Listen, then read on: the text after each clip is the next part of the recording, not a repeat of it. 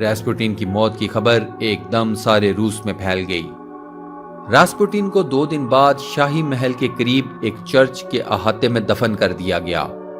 راسپوٹین کی موت کے کچھ عرصے بعد ہی روس میں فوجی انقلاب آ گیا اور فوجیوں نے راسپوٹین کی قبر کھود کر اس کی لاش کو آگ لگا دی، اور یوں روس کا ایک طاقتور انسان ایک ذلیل ترین موت مرا۔